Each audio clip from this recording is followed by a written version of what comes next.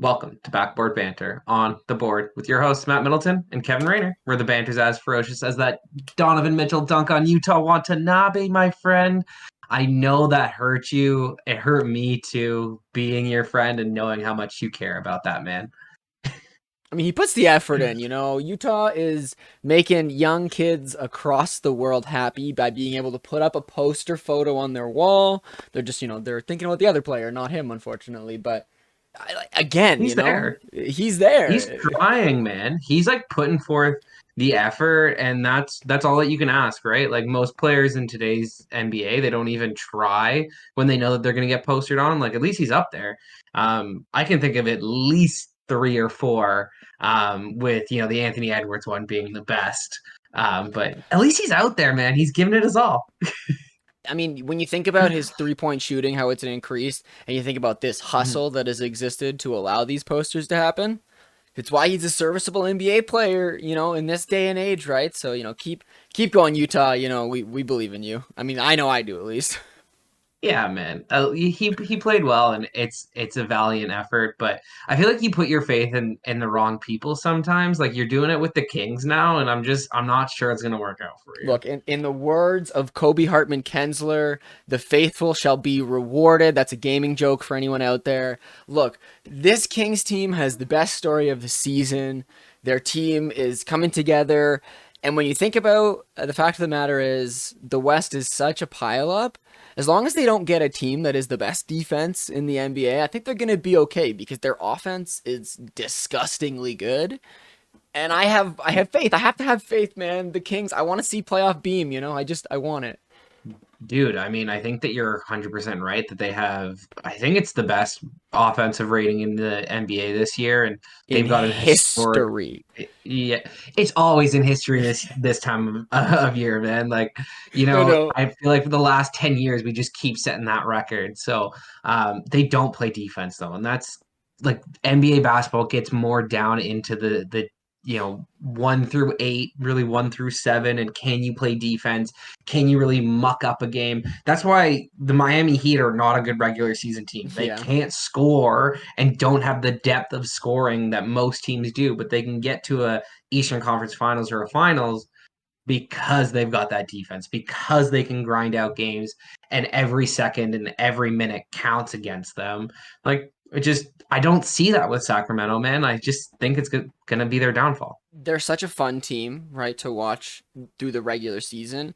And everyone's going to be tuning Yeah. into that first round series in the playoffs for them because it's pretty much locked in. They're not quite a playoff lock, which is crazy to think. Like an injury or two and a 10-game losing streak could have this team out of the playoffs, which is what the West is right now, right? And so we'll talk about the Kings more when it comes down to it because there's lots of teams right now that are trying to get in there. And if you think about the Indiana Pacers, they're fighting right at the bottom of the East there.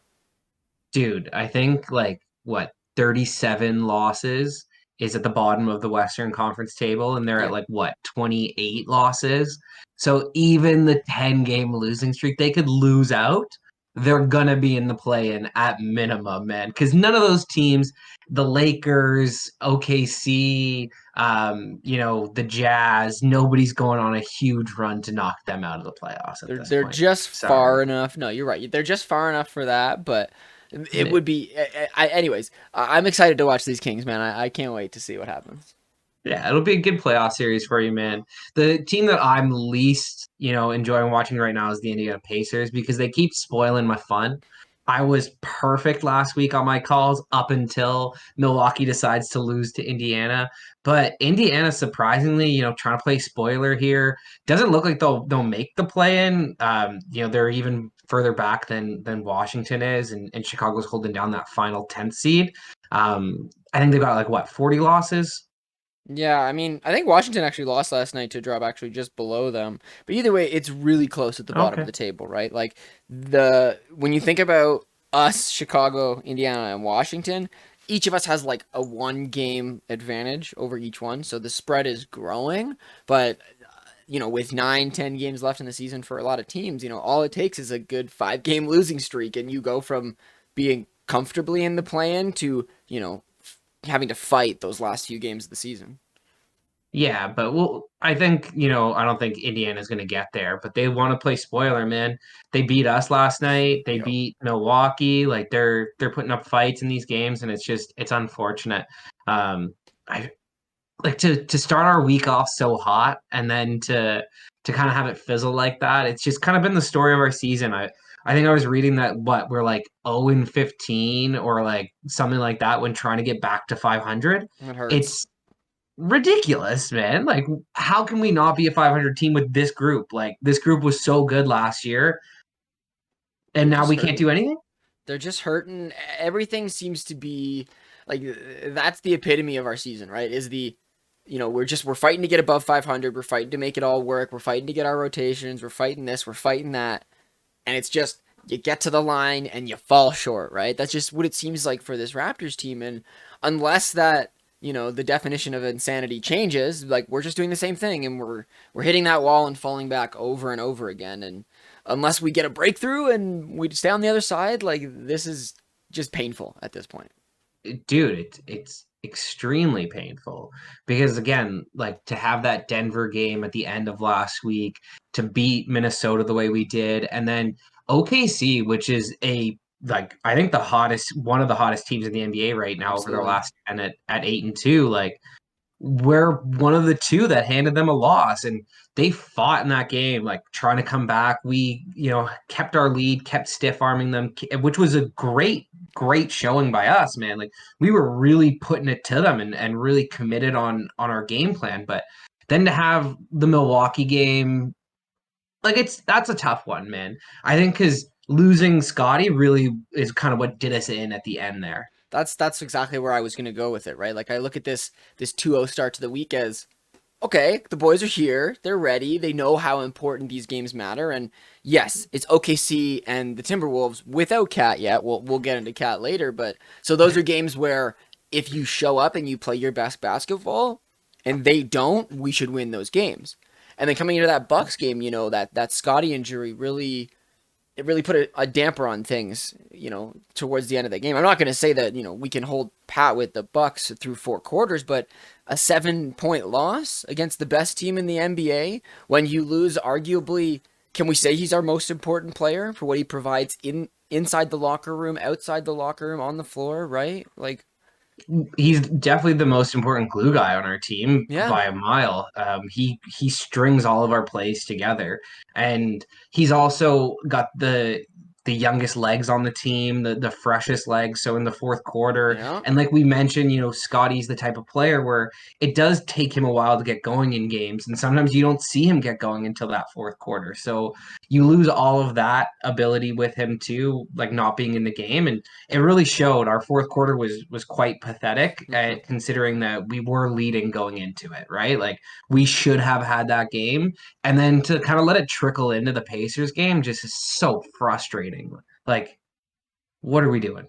I mean, it's painful, right? Like we talk about how we level up against the best teams in the league and we fall flat against the worst. Like if these 2 games, which are 2 losses, where one against the Bucks, where we played pretty well and got really close, and then you have a similar situation against the Pacers, like the stories of these games should not be the same when you think about the caliber of opponent that we're playing. But I think the biggest thing about the Pacers game, that comment that you hit me beforehand, how our backcourt, our guard play just got rocked, and I'm like, man, they didn't even have Halliburton, but we didn't have Gary and Scotty, and it's like, Fred, you got to step up in those moments for us, right? Like that's what he needs to do. Well, Fred played well last night, like to the tune of 20 plus points. What do you get? Like 28, I I think think. so. Yeah. And he was like decently efficient. It was frustrating that like they consistently have better guard play than us, and that's what beats us, man. Like Mhm. they are kind of the antithesis of our lineup, right? Like we run a bunch of 6'9" forwards, they run a bunch of like guards and or big men. That's Yeah. it, right? So it's just a different kind of path, and for some reason it looks like theirs works a little bit more functionally than ours, which is frustrating because like guards and bigs aren't what drive wins. It's the wings, man. It hurts, right? It's like, this Yeah. experiment that a year ago we believed in, right? That we really believed in this experiment. It's like, were we too late on it? Like, should we have been doing this 6-9 experiment 2 years ago to like, surprise the league a little bit, and where they weren't ready for it? And this consistency of just guard play and bigs, right? It's still just too strong. The fact that the pick and roll is the staple of the NBA, right? Like, it's painful. Yeah, I agree that I don't think we could have caught them off guard though. Like 2 years ago, they would have seen it coming. Like last year, we did catch them off guard. That's why we had such a good second half of the season, right?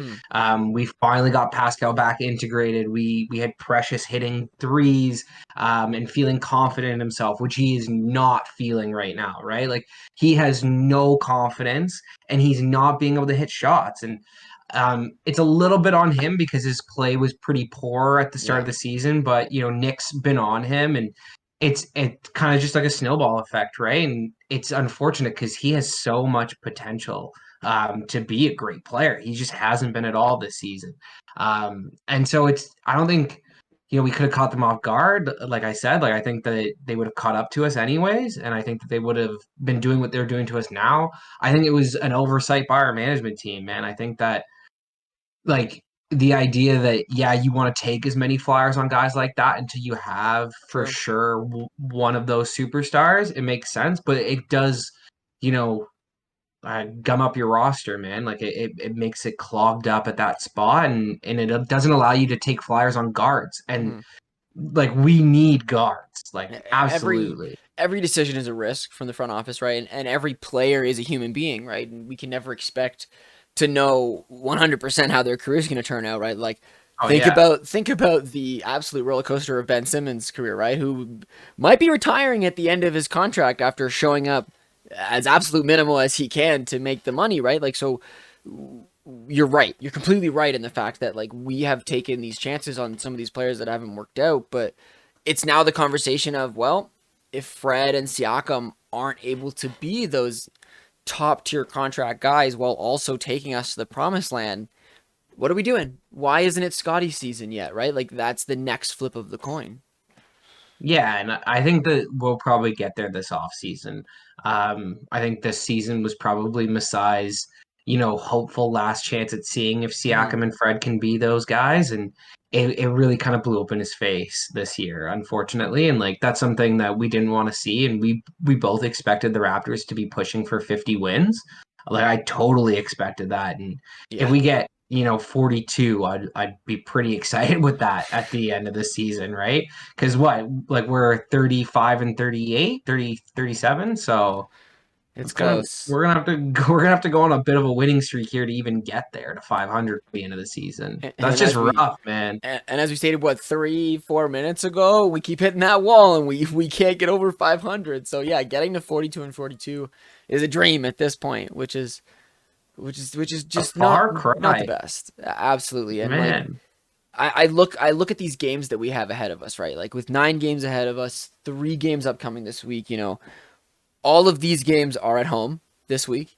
And then the Yep. following week, they're all on a road trip, right? So if we Mhm. want to be a 7-8 seed and not be a 9-10 in this play in, these next 3 games absolutely matter because they're at home where we can take advantage. And it's the Pistons, the Wizards, and the Heat. 2 teams that are directly in contention for what we want to do. One higher than us, one One right there lower. and below us with the Wizards. Mhm. But then it's also the Pistons. So like who knows what's gonna Would happen have our this week? number, Who we you but we know. beat but we've beaten them this year. Like we've been actually getting wins against Goodness, them. man. So that's the scary part, Like, right? Like the loss is on the schedule in Dwayne Casey's mind. yeah, we need all three of these games, man. It's just I know we've been saying it for a while, but a 2-1 week isn't even acceptable this time around. And like going up against the Heat, like if we want to catch them in any capacity, this is a big one for us. They've got a lot to play in, and Yeah. they're preparing for the playoffs, and Jimmy Butler is going to start ramping it up, and he's going to become playoff Jimmy. So it's going to be even harder to beat them later in the season now.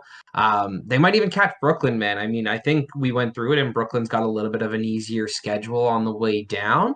But like, I would take Jimmy Butler and a playoff. experienced roster over the Brooklyn Nets, who were just kind of collabed together at the trade deadline there. Right. I mean, You know, I think I'm good to move into this playoff race, this play-in race now, because as much as we could talk about Raptors in this situation, like Pirtle's been playing well. We know that. You know, and we'll talk Scotty's about them in injured. there. Like that's Well, the he's wearing story, a right? cast, eh? You Yeah. see that? That's brutal.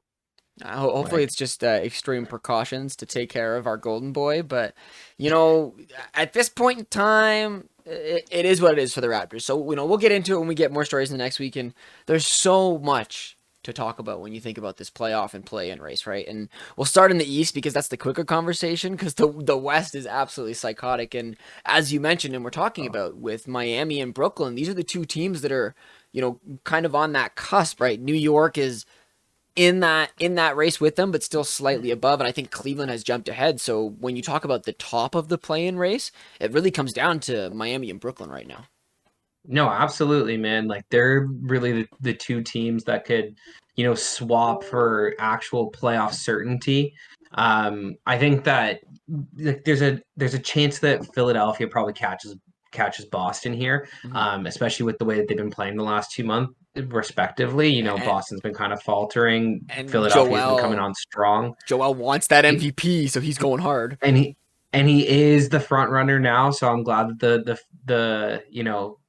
voters are feeling it. And at the end of the day, man, like it's going to be a wild finish the season in the East and in the West. But in that play-in, like I feel like Atlanta, us are kind of stuck in that Yeah, middle slotting there in those two spots.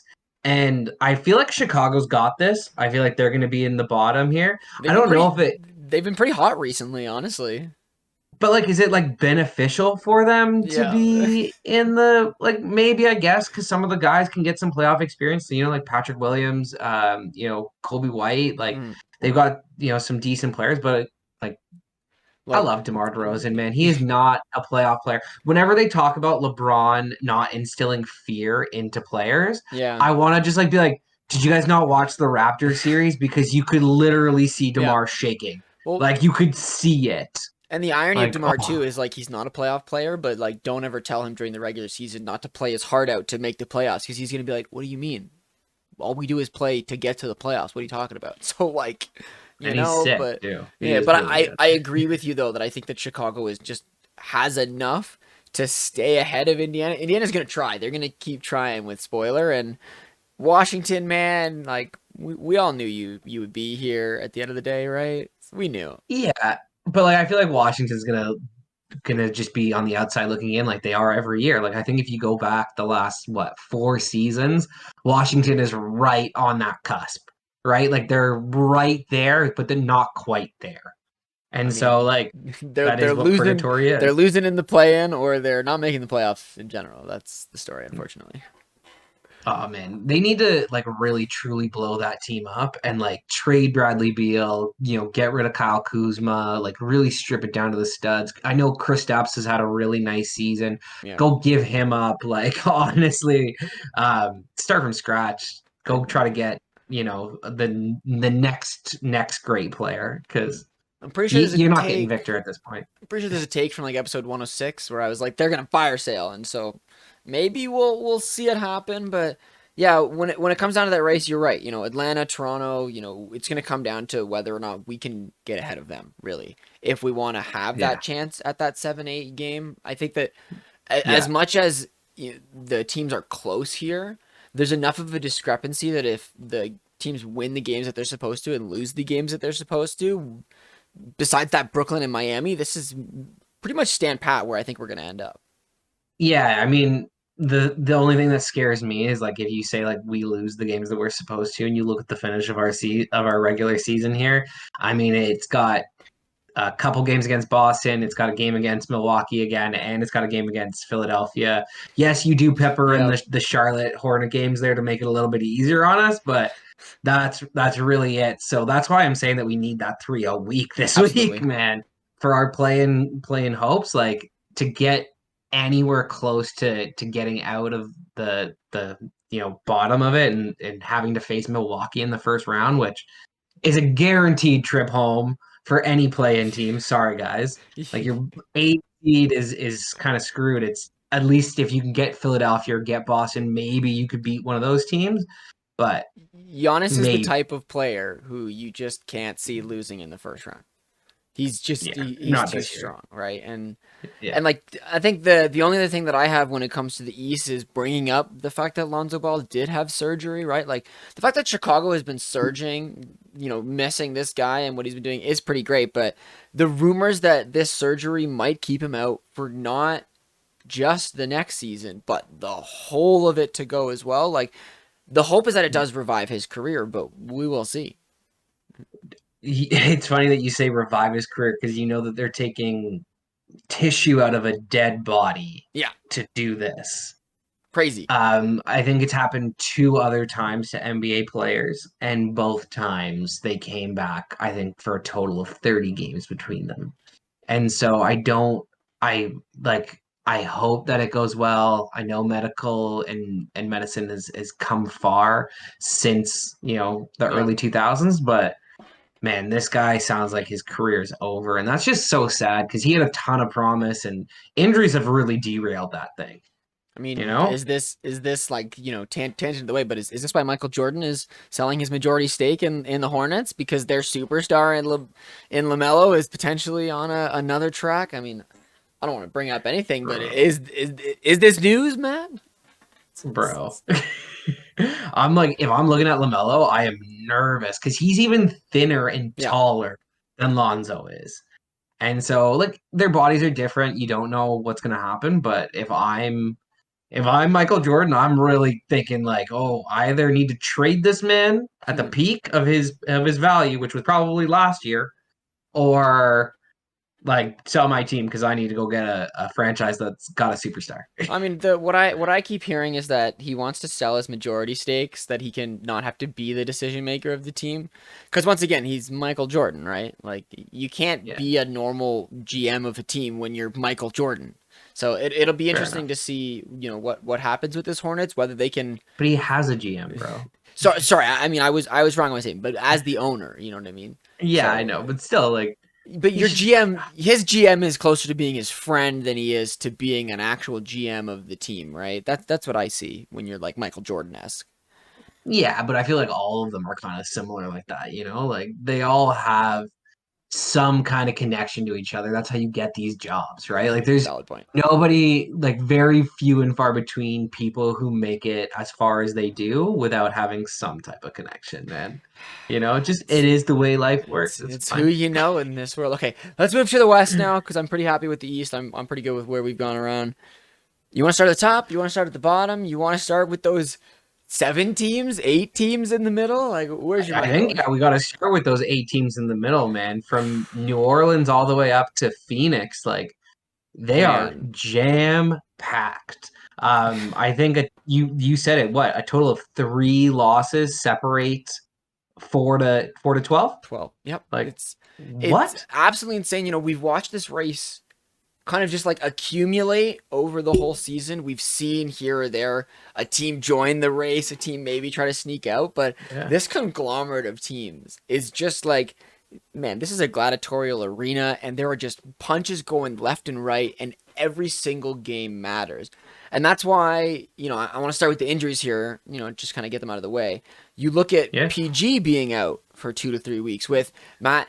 I don't know if you've seen the PG injury, but it looked like the Giannis leg hyperextension from the Eastern Conference Finals a year or two ago, if you remember. Apparently, Giannis is just built different because he was fine, and Paul George is going to be out for 2 to 3 weeks now.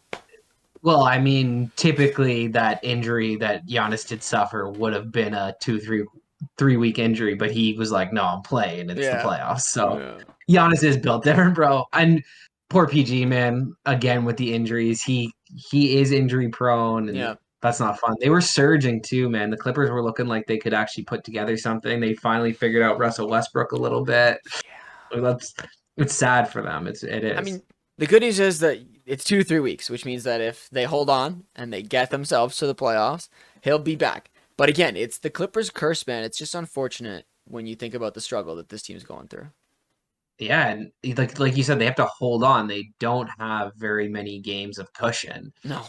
If they go on a bit of a losing streak here, and Minnesota getting Karl Anthony Towns back goes on a bit of a winning streak, like we're gonna get something completely different, right? The playoffs are gonna change. Yeah, and on the topic of Karl Anthony Towns, like when I told you that he had missed 51 games this season, I loved your Yeah. reaction because it was like, wait, 51? What? Like Like it's incredible to so think much time. that the media has been ripping apart this team for how poorly they've been playing, how poorly Rudy Gobert has been integrated. Now, we saw the first chunk of games with the two of them together where it wasn't going well. But he's missed 51 games. Their superstar has missed 51 games, and I feel like nobody was talking about that. Dude, 51 out of 74 is a huge chunk. Like they've only actually played 23 games together, and that's if Rudy's been healthy for all of those, which I'm not Right? 100% on. I would doubt. So yeah, exactly. So yeah, this team could figure it out, and like Karl Anthony Towns coming back, he did look really good. So Got hey, man, got the Minnesota, W could they be against dangerous? got the W against Atlanta. Thank you, Karl Anthony Towns. Man, like that's something that we need, but the funny thing else that's happening out west is the Golden State Mavericks game last night, my friend. That Dude. is, I can't. It kind of just looked like they were guarding the wrong basket, like they forgot what to do. But you were explaining it better, It's so funny that like the clip showed up on the Twitterverse and NBA Twitter was just like, these fools forgot which basket they were scoring on. But no, so what I've heard, because I was doing some research, because I saw that clip and I was like, this can't be a basketball game. This can't be an NBA basketball game. There's no way that this was allowed to happen. But a so full team. basically, the way that I heard is that Looney went up for a dunk, got fouled, missed it. I don't know what happened, but then they called an out of bounds for Golden State. But then another ref instantly was like, no, no, no, that's the other team's ball. You don't get that. So they start walking toward their side of the court. They get an instant Mhm. timeout. Basically, the ref is supposed to be like all three refs are supposed to be on this half of the court if Golden State is inbounding it, but they're not. One of them is on the other side of the court as if the other team should be doing it. So now there's this massive controversy because the ball gets inbounded and Kevon Looney gets a free dunk and the game ends with a 2-point difference. Nothing's going to change. They're not going to overturn it, but this is just another blunder that we have to talk about.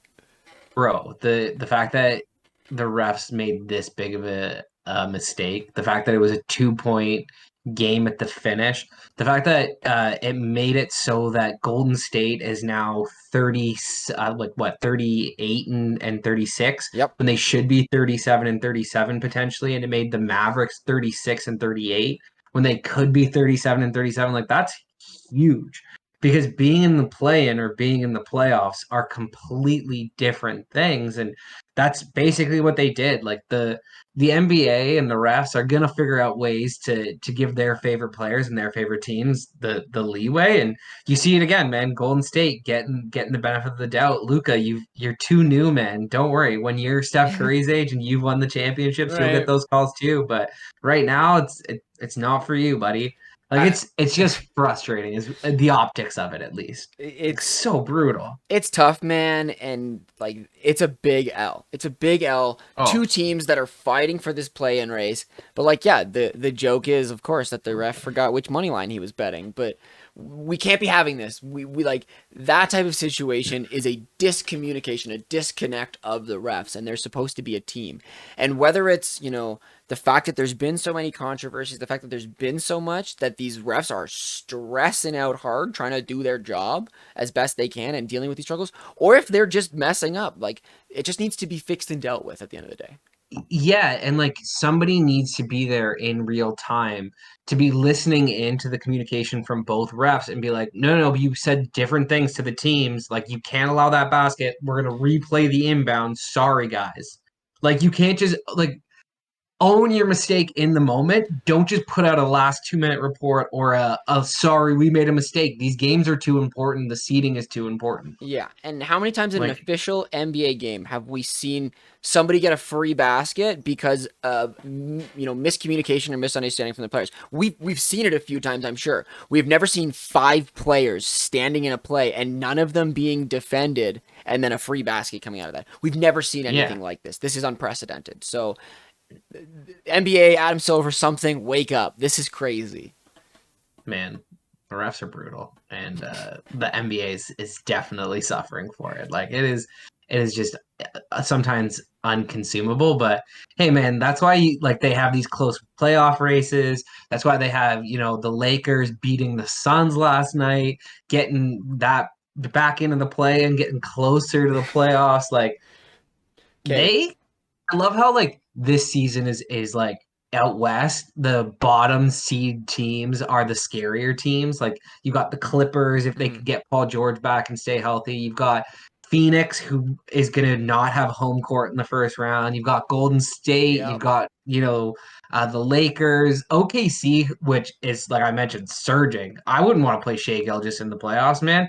That guy is a true superstar, and he will take over the game. So it's kind of weird that way, where like you feel like Sacramento and Denver and Memphis, maybe Memphis, but Dude. like not that they're hopeful now, even though you're wearing their hat. ah, they're locked in as a top seed. I do like there's other players on this team that I like, but we won't get into that. I want to bring up, Matt, the volatility of the fact that the Pelicans are still alive. And with the rumors, They're there it is. not. That's the face I'm looking for. With the rumors They're that not, Zion has been back on the court and he's going to get reevaluated in 2 weeks, like, bro. is there hope for the New Orleans Pelicans, man? He's gonna get reevaluated in 2 weeks so he can play the final game of the season. Like, I don't want to talk about Zion I know, anymore, I man. It know. just makes me so depressed to think about his career and where it could have been. It's just frustrating. Okay. Yeah, So I'm done. Sorry, obviously, man. no. I get it. I had to bring it up because I just wanted to see that one face. I need that face still of you with the whole. But okay, so let's talk. Let's move on up the table a little bit. Let's talk about the Jazz here, right? As a team that nobody expected to be around, they had that great start to the season, right? And Laurie Yeah, Markkinen is a star. We can't ignore the fact that after the seasons he's had, and now this yeah. team is one game out of the play-in race. Like, is it better for them just to be like, we had a good start, we had some good things, let's lose, let's not worry about needing to deal with playoff basketball, or should they try for this? Well, like who knows, man? Because like playoff basketball might be really good for the players on the roster to experience the ability to get there to play in it. Like you said, for Laurie to get some playoff vibes as the lead guy Yeah, would be really nice. And after the first two prospects in this draft, it feels like there isn't a surefire player after. So true. they're not going to get a top two draft pick. They're not going to catch Detroit Rockets or San Antonio. So they may as well try for it, try to do something about it. Yeah. They haven't been good since their terrific start, right? Like for the rest of the season, they've been a very poor team. But like you said, Laurie has been the key cog there. He would be a shoe in for MIP if it weren't for Shea. Like he'd be shoe in. Man, I read an interesting stat about Shea where somebody was talking about how it's disrespectful that people will take Jason Tatum over Shea every single time when you consider the fact that Shea's stats are statistically better in every major category, which I was like, This year. yeah, this year specifically, and I was just like, I didn't realize that, but also I'm just like, guys, this is the exact problem with statistics is everything gets taken out of context. You're not looking at the teams and what's expected out of both these players. Do I bring up the fact that Jaylen Brown is non-committal about Boston and that, maybe there's some situation going on with superstardom? Like, take everything into account, people, not just the numbers, please. And like at the end of the day, Jason Tatum's always had a better team around him versus Shea Gilgeous. Shea was quite good in a Clippers uniform before they, decided to Yeah. go after Paul George and Kawhi Leonard. He was part of that team that I think they were 42 and 42 and made it to the Dude, playoffs and I were I wanted that team to beat the Rockets. That yeah. series was so good if you remember. Like, oh, he was so good in that And first year with OKC in the playoffs. And then they trade him for nothing, and he goes to purgatory, and where he puts up good stats, but people are saying, oh, they're empty, that he's not a winner, that he's not doing all this. Hmm. Look, if I had to choose between them, I'd take Jason Tatum. They're very close though, and they offer you different things. It kind of goes back to the guard big or Yeah. 9 foot experiment, 6'9" experiment, because at the end of the day, wings drive wins more than guards and bigs, but he is a very elite guard. He is potentially first team all NBA guard, whereas Yeah. Jason Tatum might be more second team, specifically this year again. Again. I think Jason Tatum was first team last year. So, it fluctuates from year to year, and they're both tremendous players, both top 5 players under the age of 25. And it's why You know? OKC is in this hunt. It's why a team who doesn't even have Chet Holmgren, who could be a bust, which would be hilarious because this team will still be really good in the Good. future Yeah. regardless, right? And it's kind of awesome. I want to see it, man. I'd love to see OKC get a Oh, playoff series, not even be in the play-on, but like actually jump in and get another playoff series because there is this hilarious movement that I think happens in the NBA where like people don't pay attention for certain things. And so there's this like small fan base of OKC that remembers the Chris Paul playoffs, that remembers what could have been, and if I've just been yeah. waiting and been surrounded by the we got draft picks, we're going to be good in 10 years. I'm on for the, you know what I mean? Like Yeah. it would be exciting to watch that team come out and be relatively decent in the playoffs because when you have a guy like Shea, you're probably getting at least one game on the back of him. Oh, yeah. No, he's definitely got that ability in him. And that's like, he is a like 1B potentially. Mhm. Potentially could prove it to be a 1A, but like for where I would peg him, he's definitely more of a 1B at the moment. But again, so young, got so much potential. And that's why it's a toss up between the two of them. And that's why we both are kind of rooting for OKC, even though I would love to see him as a part of the Raptors, just personally. That's how we feel about all the Canadian boys. You know, Oh, we yeah. want them to be at Andrew home. Yarn, Benedict Mathurin, come home. We This need is some my guard play, guys. this is my struggle with the Indiana Pacers being relatively good. They're the most Canadian team in the NBA with their number of players. So I'm just like, can you be good but also help the Raptors at the same time? You know, for that Canadian homeboyness. But Right? so- Let us make the playoffs, guys. Come on. it's team and country first. Remember, that's how it works. They're just trying to show out for their friends and family who can actually make the games. Okay, so back to the West. Where else do you want to talk about? What other teams here? Like, do we talk about the Lakers? The fact that they've been holding it down, like we mentioned it earlier. I think we mentioned it and we've talked about it before. I think we're pretty good, man. To be honest, like I can see Golden State potentially falling into the play-in at this point. I mean, if they actually petition and win, like that could be huge.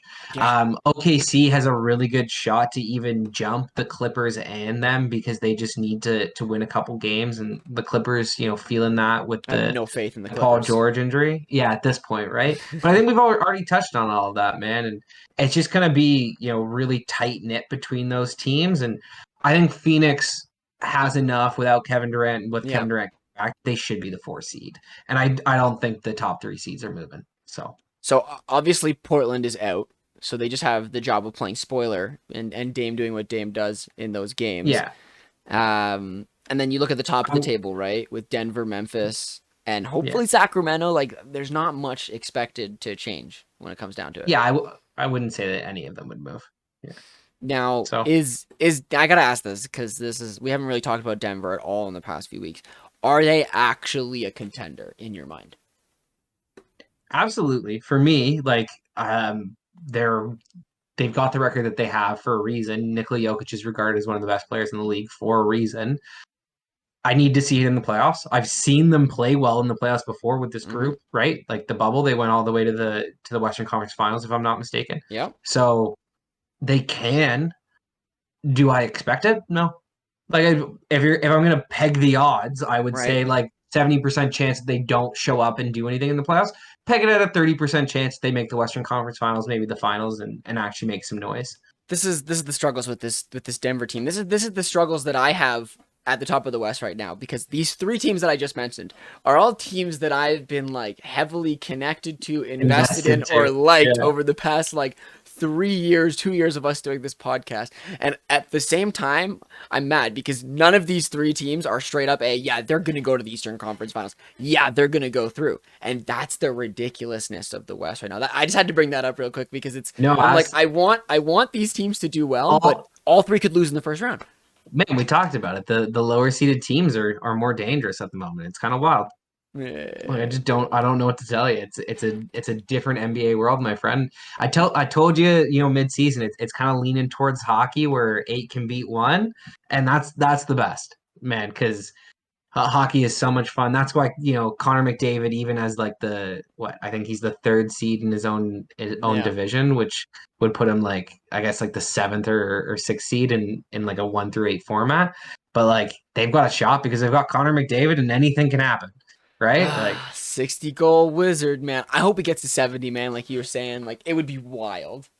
Bro has 138 points with 10 games left, 9 games left. Like he's gonna hit 150, almost 160. Like that's kind of ridiculous. Like Wayne Gretzky, Mario Lemieux stuff it's just awesome. It's nice, when you get to have those generational differences, and yet you watch the stats kind of come together and you're like, wow, they're great because they're hitting those peak levels of greatness.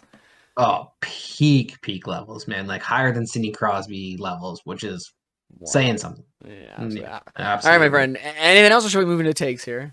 Yeah, we can move into the takes, man. Do you want to go first, or I'm just gonna do my weekly Thursday shtick? I was only wrong once last week.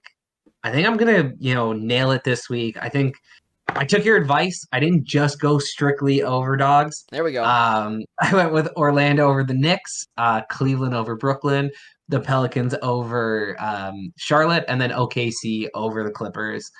And I think I just nailed that. So And it's I all you, happily buddy. convinced him on that last game because when it comes to my predictions, I've been talking about this for years, that the Clippers they're never getting over the hump.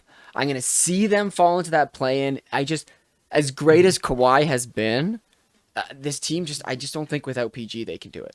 Honestly, Norm's on Twitter making tweets about the 2019 finals, how the team got lucky, and I'm like, how indoctrinated are you into this Clippers culture, my guy? Like, please don't do this to us. But I have no faith in this Clippers team, man. No faith.